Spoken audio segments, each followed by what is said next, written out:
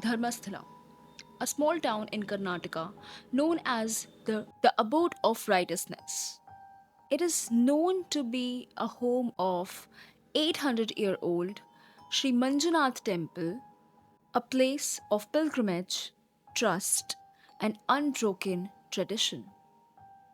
Every year, millions come here to pray, to give, and to receive blessings. Every year, the streets echo with faith, but beneath the chanting and incense sticks, beneath the perfectly swept temple courtyards, lies another Dharmasthala, the one that reeks of rot, of burnt flesh, of scent buried in silence.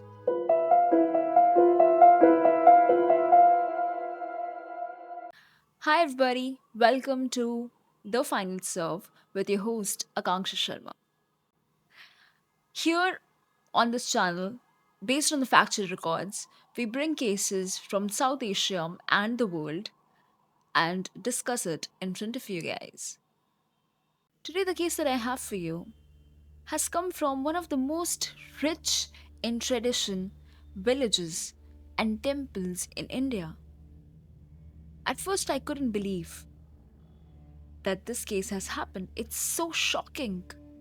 For 20 years, no one knew on such a big scale this killing is happening.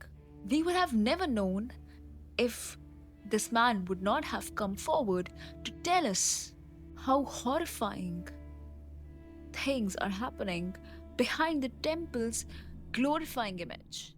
In July 2025, a man walked into the police station holding something that would rather shatter the town's holy image. In his hand was a piece of bone, dry, brittle, and splintered with age. His name, withheld for his own safety.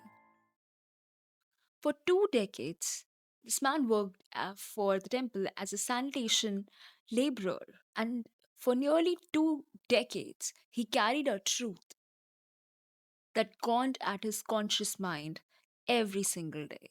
To understand this man's story, we have to go back 20 years, where every morning he used to sweep temple floors, used to scrub the temple steps, and carried the garbage before anyone woke up in the temple.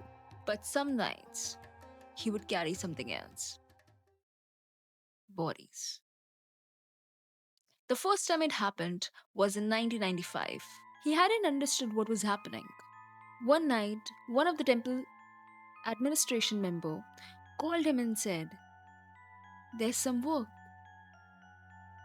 Do it quietly." They walked to the patch of land where the river was. There was no moon that day. The air was heavy with rain, and when he saw what they were carrying, his knees locked. It was a girl, maybe 12 years old. She was still wearing her school uniform, which was neatly pressed against her skin, and her neck was twisted at an angle which no neck should be twisted at. "Dig," they told him. He hesitated, but the other man standing there leaned in and whispered, "If you open your mouth, we will cut you into pieces and put you into the ground next to her body." From that night on, the jobs kept coming. Sometimes they would be women, sometimes little girls. He saw body with burn marks that ate through the flesh. He saw hair stuck to half melted flesh. Some had raw burns on their skin. They buried them in silence, sometimes two or three at a time. When the ground grew too full, they started burning the bodies. The smell clung to him. He used to scrub his hands till they bled. For years, he told himself he had no choice. But every time the temple bell rang, the guilt struck him deep in the chest like a hammer. He once tried to count the bodies. He stopped at 50. He never learned the actual number. Eventually, he left, not with an announcement, not with a farewell, just gone. He moved far from the temple town, trying to disappear into life of silence. But silence didn't erase the faces, they followed him. Whenever he tried to sleep, he would see faces of the dead bodies that he buried. 19 years later, also, he realized the killings hadn't stopped. One day, there was another girl. He didn't see her face, only her school uniform. The same blue skirt, the same white blouse. Her age would have been near his daughter's age. That night, he didn't return home. He went straight to the burial site, the one near the banyan tree. The soil was too loose, so he dug and found a piece of jawbone with two teeth still intact in that. He kept it hidden for months, wrapped in a cloth, until July 2025, when he walked into the police station, ready to unwrap the horrifying truth. He placed the bone on the table. "These," he said, "are from the people that I buried." They asked for names, but he didn't know. No one ever told him who they were, but he knew the locations. 13 burial sites in total.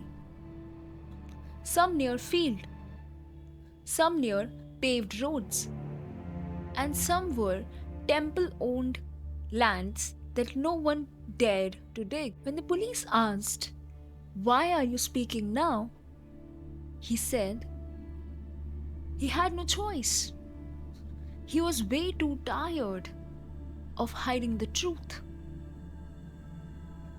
He couldn't keep his eyes closed without seeing those faces, because he feared the next body would be someone he knew. Because maybe if he spoke, someone would believe him. That beneath the abode of righteousness, there's a graveyard, just as the same size as of the town. The police registered an FIR. A special investigation team, led by the DJP Pranab Mohanty, started digging. If what this man says is true, then nearly for 20 years an organized system of rape, murder, and disposal of bodies is being operated in the shadow of Karnataka's most revered temple. In the next episode, the SIT starts digging at the sites he named, and while digging the sixth site, they know this was not a ghost story. This is the Dharmasthala killing case that has the biggest secrets in them. I hope you enjoyed the first part of the series. Please subscribe and like for the next part, and I would love to hear your thoughts on this part. Be safe and take care.